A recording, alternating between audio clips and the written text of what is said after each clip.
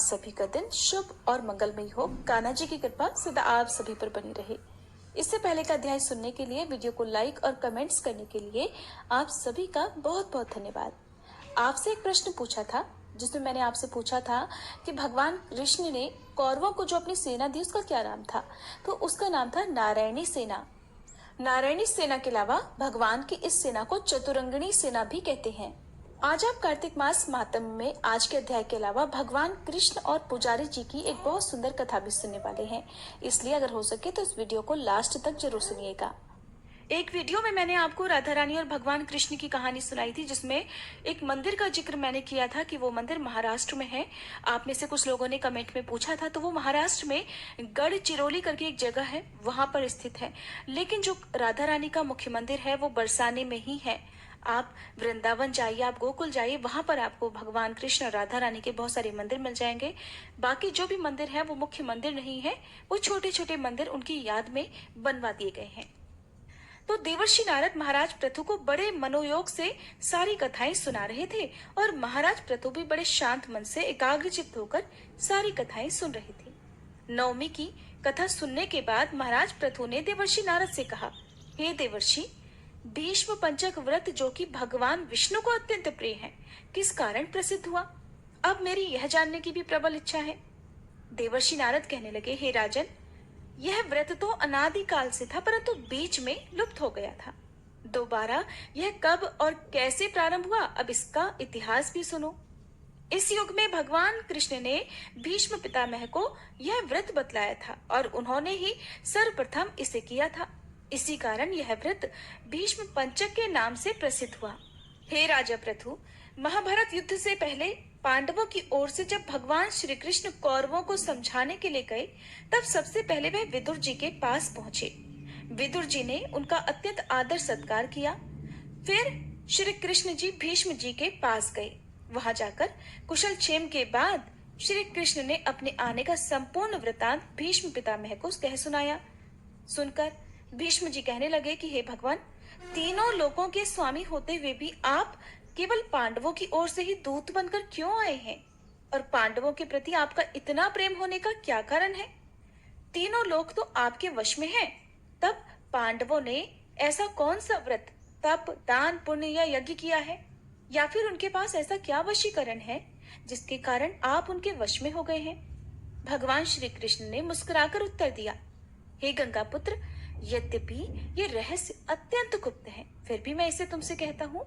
पूर्व जन्म में उन पांचों भाइयों ने एक ऐसा व्रत किया था जो मुझे अत्यंत प्रिय है। इसी कारण मैं इस जन्म में उनके वशीभूत हूँ। अब तुम भी उस व्रत का वृतांत सुनो। अत्यंत प्राचीन काल में उज्जैन नामक नगरी में कवि, शुचि, दृढ़, दंत और हंस नामक 5 ब्राह्मण रहा करते थे। वे सभी वेदों के ज्ञाता, युवा, रूपवान और गंधर्व विद्या में अत्यंत निपुण थे। वे सभी दिशाओं में भ्रमण करके अपनी गान विद्या के द्वारा पर्याप्त धन प्राप्त किया करते थे। एक बार वे सभी मथुरा नगरी में सुवीर नामक राजा के दरबार में जा पहुंचे। संगीत कला में निपुण तो थे ही, तो उन्होंने सोचा कि क्यों ना चलकर राजा के महल में अपनी इस कला का प्रदर्शन किया जाए। तो उन्होंने राजसभा में इसका प्रदर्शन करने की इच्छा प्रकट की। वे 4 दिन तक उपवास और परम पवित्र यमुना जी में स्नान करते रहे। फिर उन्होंने किसी से राजा का संपूर्ण वृतांत पूछा। उन्होंने बताया कि राजा की कादम्बरी नामक अत्यंत सुंदर भोग पत्नी है। वह संगीत विद्या में निपुण, मधुर बोलने वाली, नृत्य में अत्यंत प्रवीण, रूप, लावण्य और यौवन में अद्वितीय है। वह प्रतिदिन राजा के सम्मुख एकांत में नृत्य और गायन किया करती है। यह सुनकर वे पांचों एक ऐसे स्थान पर जाकर खड़े हो गए जहां कादम्बरी के नृत्य और ताल के स्वर सुनाई पड़ते थे। इसके बाद राजा के पास आने जाने वालों से वे कहने लगे कि बड़े दुख की बात है कि आपके राजा के पास नृत्य कला को जानने वाला कोई नहीं है। वीणा में तार बराबर नहीं है, 2 तार ढीले हैं और बाजे की धुन के अनुसार तो नृत्य भी शुद्ध नहीं है। ये बात वहां उपस्थित लोगों में से किसी ने जाकर राजा से कह सुनाई। राजा ने जहां पर कादम्बरी का नृत्य हो रहा था, वहीं पर उन पांचों को बुलवा लिया। वहां पहुंचकर उन्होंने राजा को पहले तो आशीर्वाद दिया, फिर राजा के निकट ही आसन पर वे बैठ गई। कादम्बरी ने फिर उनको संगीत विद्या में अत्यंत निपुण समझकर उनके सामने अपना विशिष्ट नृत्य प्रस्तुत किया। রিস্ক প্রোফাইলের অনুযায়ী আমার ইকুইটি মিউচুয়াল ফান্ডসে বিনিয়োগ করা উচিত, কিন্তু ইকুইটিতে স্মল মিড লার্জ প্রত্যেক মার্কেট ক্যাপের সুযোগ আছে। তাহলে মাল্টি ক্যাপ ফান্ডসে বিনিয়োগ করো। স্মল মিড এবং লার্জ ক্যাপ এবং মাল্টিপল সেক্টরে একসাথেই বিনিয়োগ করতে পারবে। যদি একটা বিনিয়োগের মাধ্যমে ইকুইটি মার্কেটে 3টে সেগমেন্টসে এবং মাল্টিপল সেক্টরসের অভিজ্ঞতা চাই, তাহলে তোমার জন্য মাল্টি ক্যাপসে বিনিয়োগ করা হলো ভেবেচিন্তে বিনিয়োগ। মিউচুয়াল ফান্ডস বিনিয়োগ বাজার ঝুঁকির প্রভাব দিয়ে যোজনা সম্পর্কিত সমস্ত নথিপত্র মনোযোগ সহকারে পড়ুন। जब उसने चक्र में ताल दिया तो उन ब्राह्मणों ने उसे रोक दिया। उसने चक्र छोड़कर यथा योग्य ताल दिया, मगर चक्र खंडित नहीं किया। कादम्बरी के इस गुण और उसके रूप माधुरी को देखकर पांचों उस पर मोहित हो गए। कादम्बरी भी उन पांचों को देखकर उन पर मोहित हो गई। उसने रात्रि के समय गुप्त रूप से अपनी एक सहेली के साथ उन पांचों को यह संदेश भिजवाया कि तुम में से एक प्रतिदिन नगरी के उत्तर की ओर यमुना नदी के तट के समीप लताओं से घिरे हुए निर्जन अनंत नामक तीर्थ में मेरे पास आकर अपनी अपनी विद्या और गुण का प्रदर्शन करो। उस समय मैं भी वीणा और राग का कौशल दिखलाऊंगी। आगे की घटनाएं सुनाते हुए भगवान कहने लगे कि एक ब्रह्मचारी जो कि मेरा भक्त था, दुष्ट संगति से बचने के लिए वह गांव से बहुत दूर रहा करता था। उन दिनों वह भीष्म पंचक व्रत करके मंदिर में मेरा पूजन किया करता था। कार्तिक शुक्ल एकादशी के दिन उन संगीता के ब्राह्मणों में से कवि नाम का एक बड़ा भाई भी उस मंदिर में आया। कादम्बरी भी वहां पर पहुंच गई। वहां मेरे भक्त ने जिस प्रकार पूजन किया, कवि नामक ब्राह्मण ने भी ठीक वैसा ही किया। उसके बाद हाथ में वीणा लेकर उसने गायन प्रारंभ कर दिया। मेरा भक्त क्योंकि अपने मन पर विजय प्राप्त कर चुका था, इस कारण गायन सुनकर भी उसे क्रोध नहीं आया। उधर कादम्बरी और कवि समस्त रात्रि गायन और नृत्य करते रहे। प्रातःकाल ब्रह्मचारी भक्त को गोबर का आचमन करते हुए देखकर कवि ने भी वैसा ही किया। इसके बाद कादम्बरी वापस अपने महल में चली गई। ब्रह्मचारी की संगति और रात्रि जागरण के कारण कवि के समस्त पाप दूर हो गए। इसलिए द्वादशी के दिन वह अपना समस्त द्रव्य दान करके विरक्त हो गया। दूसरे दिन शुचि आया। उसने भी रात्रि भर कादम्बरी के साथ नृत्य और गायन किया और फिर ब्रह्मचारी की तरह पूजन करके गौमूत्र का आचमन किया। प्रातःकाल होते ही वह भी अपना संपूर्ण धन दान करके सन्यासी हो गया। उसने निश्चय किया कि जिस प्रकार कादम्बरी के नृत्य गायन और रूप को देखकर ब्रह्मचारी का मन भी चलायमान नहीं हुआ, मोहित नहीं हुआ, ठीक उसी प्रकार मुझे भी अपने मन को वश में अवश्य ही करना चाहिए। द्वादशी के बाद तीसरे दिन यानी कि त्रयोदशी तिथि को दृढ़ नाम वाला भाई कादम्बरी से मिलने आया और समस्त रात्रि उसने भी नृत्य और गायन किया और ब्रह्मचारी की ही तरह उसने भी पूजा की और गाय के दूध से आचमन किया। दोनों भाइयों के समान वह भी विरक्त होकर सन्यासी बन गया। अगले दिन अर्थात चतुर्दशी को, जिसे वैकुंठ चतुर्दशी भी कहते हैं, उस मंदिर में चौथा भाई जिसका नाम दंत था आया और पहले अपने भाइयों की तरह उसने भी कादम्बरी के साथ रात भर नृत्य और गायन करके ब्रह्मचारी से बचे हुए घी का पान करके मन शुद्ध हो जाने के कारण उसने भी संन्यास ले लिया। वह भी विरक्त हो गया। सबसे अंत में अर्थात पूर्णिमा को हंस नामक सबसे छोटे भाई ने आकर ब्रह्मचारी को प्रणाम किया और यमुना जी में स्नान करके आंवले के वृक्ष के नीचे श्राद्ध कर्म किया और बाद में अपने ही भाइयों के समान वह भी विरक्त हो गया। इस प्रकार पांचों भाइयों ने एक एक दिन यह व्रत किया। कथा समाप्त करते हुए भगवान श्री कृष्ण ने कहा, हे भीष्म, कार्तिक मास में हमारा पूजन और दान पुण्य करने से करोड़ों यज्ञों के समान फल प्राप्त हो जाता है। उधर राजा ने नित्य प्रति रात्रि में कादम्बरी के मंदिर में जाने का समाचार पाकर उसे महल में ही बंद कर दिया, जिससे वह मंदिर न जा सके। कार्तिक मास में हमारे सामने नृत्य गायन करने के कारण वही कादम्बरी अगले जन्म में द्रौपदी हुई। हंस नाम वाला ब्राह्मण आंवले के वृक्ष के नीचे श्राद्ध आदि कर्म करने से युधिष्ठिर हुआ। एकादशी के जागरण के कारण कवि अर्जुन, शुचि, सहदेव, दंत, नकुल और दृढ़ नाम वाला ब्राह्मण पराक्रमी भीम हुआ। हे भीष्म जी, वस्तुतः पूर्व जन्मों में पांडवों द्वारा किए गए इस व्रत के प्रभाव से ही मैं उनके वशीभूत हूँ और इस जन्म में मैं उनका साथ दे रहा हूँ। भीष्म पितामह को भीष्म पंचक व्रतों का महात्म्य सुनाकर भगवान कृष्ण मौन हो गए। अब सुनिए भगवान श्री कृष्ण और पुजारी जी की कथा। कहते हैं कि मानो तो भगवान है और ना मानो तो पत्थर। आज की वीडियो में मैं आपको सुनाऊंगी एक ऐसे ही सच्चे भक्त की कहानी जिसकी वजह से भगवान को स्वयं मूर्ति में साक्षात भगवान का रूप लेकर आना पड़ा था। उन्होंने अपने भक्त की पुकार किस तरह से सुनी, आखिर कैसे भगवान ने अपने एक भक्त को झूठ बोलने के बाद भी बचा लिया।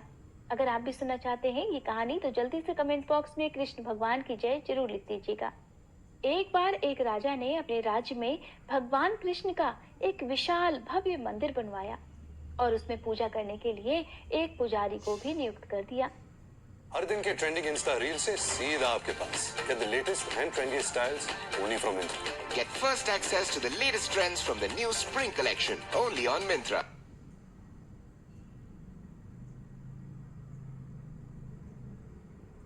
अब पुजारी जो थे वो पहले से ही बड़े कृष्ण भक्त थे। अब तो पुजारी जी बड़े मन से चारों पहर अपने कान्हा जी की सेवा करने लगे। बड़े प्रेम भाव से उनकी सेवा करते, उन्हें भोग लगाते, उनका श्रृंगार करते। इस प्रकार कान्हा जी की पूजा पाठ और उनकी सेवा करते हुए पुजारी की उम्र बीतने लगी। राजा जिसने वहां मंदिर का निर्माण करवाया था वो हर दिन नियम से कान्हा जी के दर्शन करने के लिए आता, लेकिन मंदिर में पहुंचने से पहले वो अपने एक नौकर के साथ एक फूलों की माला भेज दिया करता, जिसे वो पुजारी पहले भगवान को पहनाते और फिर जब राजा दर्शन करने के लिए आते तो आशीर्वाद स्वरूप वही माला भगवान के गले से उतारकर राजा को पहना देते। इस प्रकार राजा के और पुजारी जी के दिन बीत रहे थे। एक दिन की बात है, राजा जो है वो किसी कारणवश मंदिर में नहीं जा पाया। अब उसने अपने सेवक से हर दिन की तरह माला भिजवा दी और पुजारी को ये संदेशा भी भिजवा दिया कि आज हम मंदिर नहीं आ पाएंगे, इसलिए सेवक के हाथों ही ये माला हमारे लिए भिजवा दीजिएगा। अब सेवक माला देकर और संदेशा कहकर मंदिर से चला गया। पुजारी जी ने हर दिन की तरह अपने कान्हा जी को वो माला पहना दी। अब पुजारी जी ने कान्हा जी को माला तो पहना दी, लेकिन उनके मन में एक विचार भी आया। सोचने लगे, मुझे भगवान की सेवा करते हुए एक बहुत लंबी उम्र बीत गई, लेकिन मैंने आज तक ये माला नहीं पहनी जो मैं भगवान के ऊपर से उतारकर राजा को पहनाता हूँ। अब सांसों का क्या भरोसा, कब जान चली जाए। अगर आज कान्हा जी ने खुद ये कृपा करी है तो क्यों ना ये माला मैं आज खुद ही पहनकर देख लूं। ऐसा सोचकर पुजारी जी ने वो माला भगवान के गले से उतारकर खुद पहन ली और ये सोच लिया कि जब नौकर आएगा तो उसे अपने गले से उतारकर ये माला मैं दे दूंगा। अब भगवान के गले से उतारी गई माला को पहनकर पुजारी जी तो धन्य हो गए, बड़े प्रसन्न हुए और मन ही मन भगवान को कोटि कोटि धन्यवाद करते रहे। तभी अचानक बाहर से पुजारी जी ने आवाज सुनी कि राजा की सवारी मंदिर में पहुंचने वाली है। अब जब पुजारी जी ने ये बात सुनी तो वो घबरा गए। अचानक सेवक की आवाज सुनकर राजा के ऐसे अचानक आ जाने से पुजारी जी बहुत घबरा गए। अब उन्होंने सोचा कहीं राजा ने मुझे ये माला पहने हुए देख लिया तो बहुत क्रोधित हो जाएंगे और हो सकता है मुझे सजा भी दे। ऐसा सोचकर पुजारी जी ने वो माला अपने गले से निकालकर फिर से कन्हैया जी को पहना दी। सिर्फ राजा के क्रोध से बचने के कारण पुजारी जी ने वो माला तो भगवान को पहना दी, लगे पश्चाताप भी करने। सोचने लगे कि ये तो मुझसे बहुत भारी पाप हो गया। भगवान के गले की माला मैंने खुद पहनी और अपने गले की माला निकालकर फिर से भगवान को पहना दी, ये तो मुझसे बहुत पाप हो गया। लेकिन दूसरी तरफ पुजारी जी को राजा के क्रोध का भी डर था। अब पुजारी जी मंदिर के एक कोने में खड़े हुए राजा का इंतजार कर रहे थे। तभी राजा मंदिर में आ गए और फिर पुजारी जी ने भगवान के गले की माला उतारकर राजा को पहना दी। अब जैसे ही राजा ने अपने गले में वो माला पहनी, उसे माला में एक सफेद बाल दिखाई दिया, जिसे देखकर राजा को सारी बात समझ में आ गई। राजा समझ गया कि ये माला जरूर पुजारी ने पहले खुद पहनी है और अब जब मैं आ गया तो मुझे भी यही माला पहना दी। इस पुजारी ने मेरे साथ छल किया है। ऐसा सोचकर राजा को गुस्सा आ गया। अब राजा ने पुजारी से पूछा कि एक बात बताइए, इस माला में सफेद बाल किसका है? क्योंकि पुजारी जी भी बूढ़े हो गए थे और उनके सर के बाल भी सफेद थे। अब पुजारी ने जब ये सब देखा तो सोचा कि अगर मैंने अपना नाम ले लिया तो राजा तो मुझे सजा जरूर देगा। इसलिए पुजारी ने जल्दी में कह दिया कि ये तो भगवान का बाल है। इस बात पर राजा को बहुत गुस्सा आया कि पुजारी झूठ पर झूठ बोल रहा है। अब भला मूर्तियों के बाल कब से सफेद होने लगे? इस पर राजा ने पुजारी से कहा कि ठीक है, अगर तुम्हारी बात सच है तो कल मैं श्रृंगार करते समय आऊंगा और तब मैं देखूंगा कि भगवान के बाल काले हैं या सफेद, क्योंकि जब भगवान का श्रृंगार किया जाता है तो उनका मुकुट भी उतारा जाता है और मुकुट उतारते समय बाल दिख जाते हैं। अगर भगवान के बाल काले निकले तो हे पुजारी, मैं तुझे इस पाप के लिए मृत्यु दंड दूंगा। राजा ऐसा आदेश सुनाकर वहां से चला गया। अब राजा के जाते ही पुजारी हाथ जोड़कर भगवान के सामने प्रार्थना करने लगा। कहने लगा, हे प्रभु, मैं जानता हूँ कि मैंने आपके सामने झूठ बोलने का अपराध किया है और ये बात आप भी जानते हैं। अपने गले में डाली हुई माला मैंने फिर से आपको पहना दी और क्योंकि मैं आपकी सेवा करते करते बूढ़ा हो गया था, एक बहुत बड़ी सी अभिलाषा मेरे मन में थी कि काश कभी ऐसा हो सकता कि मैं आपको चढ़ाई हुई माला खुद पहन सकता। और आज जब राजा नहीं आया तो मैं ये भारी गलती कर बैठा। बस आपको चढ़ी हुई पहनी हुई माला का अभिलाषी मैं था और इसी कारण मुझसे ये अपराध हो गया। हे प्रभु, हो सके तो मुझे क्षमा कर दीजिएगा। हे प्रभु, मैंने पहली बार ऐसा लालच किया और मेरे ऊपर इतना बड़ा संकट आ पड़ा। अब तो राजा मुझे मृत्युदंड अवश्य देगा। हे भगवान, आप ही मुझे बचा सकते हैं, नहीं तो कल राजा मुझे फांसी पर चढ़ा देगा। इस प्रकार पुजारी सारी रात रोते रोते कान्हा जी की मूर्ति के सामने ही सो गया। उधर अपने आदेश के अनुसार अगले दिन जब राजा आया तो भगवान का श्रृंगार स्वयं करने के लिए कहने लगा। पुजारी जी ने जब ये बात सुनी तो वो डर के मारे एक कोने में खड़े हो गए। अब उनके मन में बहुत घबराहट थी कि कहीं मूर्ति के बाल काले निकले तो सारा सच सामने आ जाएगा। अब राजा ने जैसे ही ठाकुर जी का श्रृंगार करने के लिए उनका मुकुट हटाया तो वो ये देखकर हैरान रह गया, क्योंकि कन्हैया जी के यानी कि ठाकुर जी के सभी बाल सफेद थे। अब राजा को लगा कि पुजारी ने जरूर अपनी जान बचाने के लिए इन बालों को सफेद रंग से रंग दिया होगा। देखिए, राजा को अब भी यकीन नहीं आ रहा था। अब राजा ने बालों की जांच करने के लिए कान्हा जी की मूर्ति से एक बाल पकड़कर जोर से खींचा तो वहां से खून की धार बहने लगी। अब राजा ने ये देखा तो वो बहुत घबरा गया और कन्हैया जी के पैर पकड़कर उनसे क्षमा याचना करने लगा। अब राजा भी समझ चुका था कि इस मूर्ति में साक्षात ठाकुर जी बसते हैं। उधर पुजारी जी ने जब इतना बड़ा चमत्कार अपनी आंखों के सामने से देखा तो हैरान रह गया। अभी वे दोनों हैरान ही थे कि तभी मूर्ति से एक आवाज आई जो कि स्वयं कन्हैया जी की आवाज थी। कहने लगे, हे राजन, तुमने आज तक मुझे मूर्ति ही समझा, इसलिए मैं आज भी तुम्हारे लिए एकमात्र मूर्ति ही हूँ। लेकिन इस पुजारी ने मुझे साक्षात भगवान समझा है और उसकी श्रद्धा की लाज रखने के लिए ही और तुझे समझाने के लिए मुझे अपने बाल तक सफेद करने पड़ गए। तब राजा को अपनी गलती का एहसास हुआ। उधर पुजारी जी बड़े प्रसन्न थे कि आज भगवान ने उसकी लाज रख ली थी। कहते हैं कि भगवान कृष्ण आज भी अपने भक्तों को दर्शन देते हैं, लेकिन जिनकी श्रद्धा और भक्ति सच्ची है केवल उन्हें ही। भगवान की मूर्ति को केवल मूर्ति मानकर ही पूजा ना करें। आपकी अटूट श्रद्धा और विश्वास अगर पूजा करते समय है तो फिर आपको किसी भी दिखावे की जरूरत नहीं। कहते हैं कि भगवान का आशीर्वाद सच्ची भक्ति से और सच्चे विश्वास से बड़ी आसानी से पाया जा सकता है। अब सुनिए श्री तुलसी चालीसा पाठ और तुलसी माता की आरती। जय जय तुलसी भगवती सत्यवती सुखदानी, नमो नमो हरि प्रेसी श्री वृंदावन खानी। श्री हरि शीश विरजनी देहु अमर वर अम्ब, जनहित हे वृंदावनी अब न करहु विलंब। धन्य धन्य श्री तुलसी माता, महिमा अगम सदा श्रुति गाता। हरि के प्राण हूँ से तुम प्यारी, हर ही हेतु कीन्हो तप भारी। जब प्रसन्न है दर्शन दीन हो, तब कर जोरी विनय उस कीन्हो। हे भगवंत कंत मम होहु, दीन जानि जानि छाड़हु छोहु। सुनी लक्ष्मी तुलसी की बानी, दीन हो श्राप कध पर आनी। उस अयोग्य वर मांगन हारी, हो बिटप तुम जड़ तनुधारी। सुनि तुलसी ही श्रव्यो तेहि ठामा, करहु वास तुहु नीचन धामा।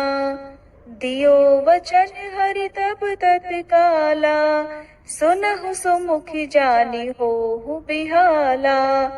समय पाई ब्योरो पाति तोरा, पूजहि आस वचन सत मोरा। तब गोकुल मह गोप सुदामा, तासु भई तुलसी तू बामा। कृष्ण रास लीला के माही, राधे शक्यो प्रेम लखि नाही। दियो श्राप तुलसी तत्काला, नर लोक ही तुम जन्महु बाला।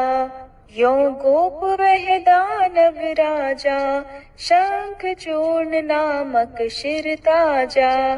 तुलसी भई तासु की नारी, परम सती गुण रूप अगारी। अस द्वै कल्प बीत जब गयहु, कल्प तृतीय जन तब भयहु।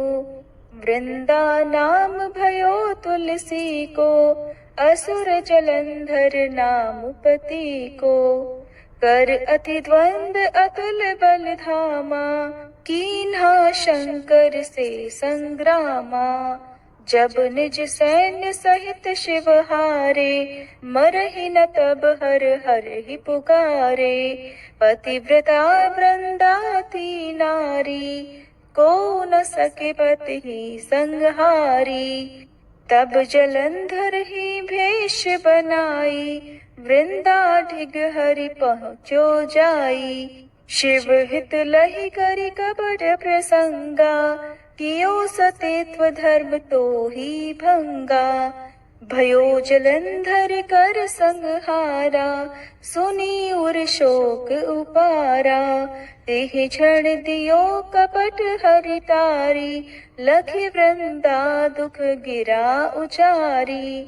जलंधर जस हत्यो भीता, सोई रावण तस हरहि सीता। अस प्रस्तर सम हृदय तुम्हारा, धर्म खंडी मम पति संहारा। यही कारण लहि श्राप हमारा, होवे तनु पाषाण तुम्हारा। सुनि हरि तुरत ही वचन उचारे, दियो श्राप बिना विचारे। लख्यो ना निज कर दूत पति को, छलन चाहियो जब पार्वती को। जड़ मति तुह अस हो जड़ रूपा, जग में तुलसी बिटप अनूपा। धग्व रूप हम शाली ग्रामा, नदी गंडकी बीच ललामा। जो तुलसी दल हम ही चढ़ई है, सब सुख भोग परम पद पई है। बिनु तुलसी हरि जलत शरीरा, अतिशय उठत शीश उर पीरा। जो तुलसी दल हरि शिर धारत, सो सहस्त्र घट अमृत डारत। तुलसी हरि मन रंजनिहारी, रोग दोष दुख भंजनिहारी। प्रेम सहित हरि भजन निरंतर, तुलसी राधा में नाही अंतर। व्यंजन हो 56 प्रकारा, बिन तुलसी दल ना हरहि प्यारा। सकल तीर्थ तुलसी तरु छाही, लहत मुक्ति जन संशय नाही। कवि सुंदर एक हरि गुण गावत, तुलसी निकट सहस गुण पावत। बसत निकट दुर्वासा धामा, जो प्रयास ते पूर्व ललामा। पाठ करहि जो नित नर नारी, होहि सुख भाषहि त्रिपुरारी। तुलसी चालीसा पढ़ी तुलसी तरु गृहधारी, दीप दान करी पुत्र फल पावहि बंध्यु नारी। सकल दुख दरिद्र हरिहार वै परम प्रसन्न, आशय धन जन लड़ही कर बसहि पूर्णा अत्र। लाही अभिमत बल जगत, महिलाहि पूर्ण सब काम। जय दल अर्पहि तुलसी तह सहस बसहि हरि राम। तुलसी महिमा नाम लख तुलसी सूत सुख राम। मानस 40 रच्यो जग मह तुलसीदास। प्रेम से बोलिए तुलसी महारानी की जय। तुलसी महारानी नमो नमो, हर की बटरानी नमो नमो। तुलसी महारानी नमो नमो, धन तुलसी पूरण तप कीनो। शालिग्राम बनी बटरानी नमो नमो। तुलसी महारानी नमो नमो, हर की बटरानी नमो नमो। जाके पत्र मंजरी कोमल, श्रीपति कमल चरण लपटानी नमो नमो। तुलसी महारानी नमो नमो, हरि की बटरानी नमो नमो। कौन महीने बोई रानी तुलसा, कौन महीने हुई हरियाली नमो नमो। तुलसी महारानी नमो नमो, हर की बटरानी नमो नमो। कौन महीने हुई तेरी पूजा, कौन महीने हुई बटरानी नमो नमो। तुलसी महारानी नमो नमो। आषाढ़ मास में बोई रानी तुलसा, सावन महीने हुई हरियाली नमो नमो। तुलसी महारानी नमो नमो, हरि की बटरानी नमो नमो। कार्तिक मास में हुई तेरी पूजा, मंगसिर मास हुई बटरानी नमो नमो। तुलसी महारानी नमो नमो, हर की बटरानी नमो नमो। धूप दीप नैवेद्य आरती, पुष्पन की वर्षा बरसानी नमो नमो। तुलसी महारानी नमो नमो, हर की बटरानी नमो नमो। 56 भोग 36 व्यंजन, बिन तुलसी हरि एक न मानी नमो नमो। तुलसी महारानी नमो नमो, हरि की बटरानी नमो नमो। जो तुलसी को सवेरे गाए, श्री कृष्ण के दर्शन पाए नमो नमो। तुलसी महारानी नमो नमो, हर की बटरानी नमो नमो। जो तुलसी को दोपहर गाए, खीर खांड का भोग लगाए नमो नमो। तुलसी महारानी नमो नमो, हर की बटरानी नमो नमो। जो तुलसी को सांझ को गाए, श्री कृष्ण की आरती उतारे नमो नमो। तुलसी महारानी नमो नमो, हर की बटरानी नमो नमो। जो तुलसी को रात को गाए, श्री कृष्ण के चरण दबाए नमो नमो। तुलसी महारानी नमो नमो, हर की बटरानी नमो नमो। सब सखी मैया तेरो यश गावे, भक्ति दान दी जय महारानी नमो नमो। तुलसी महारानी नमो नमो, हर की बटरानी नमो नमो।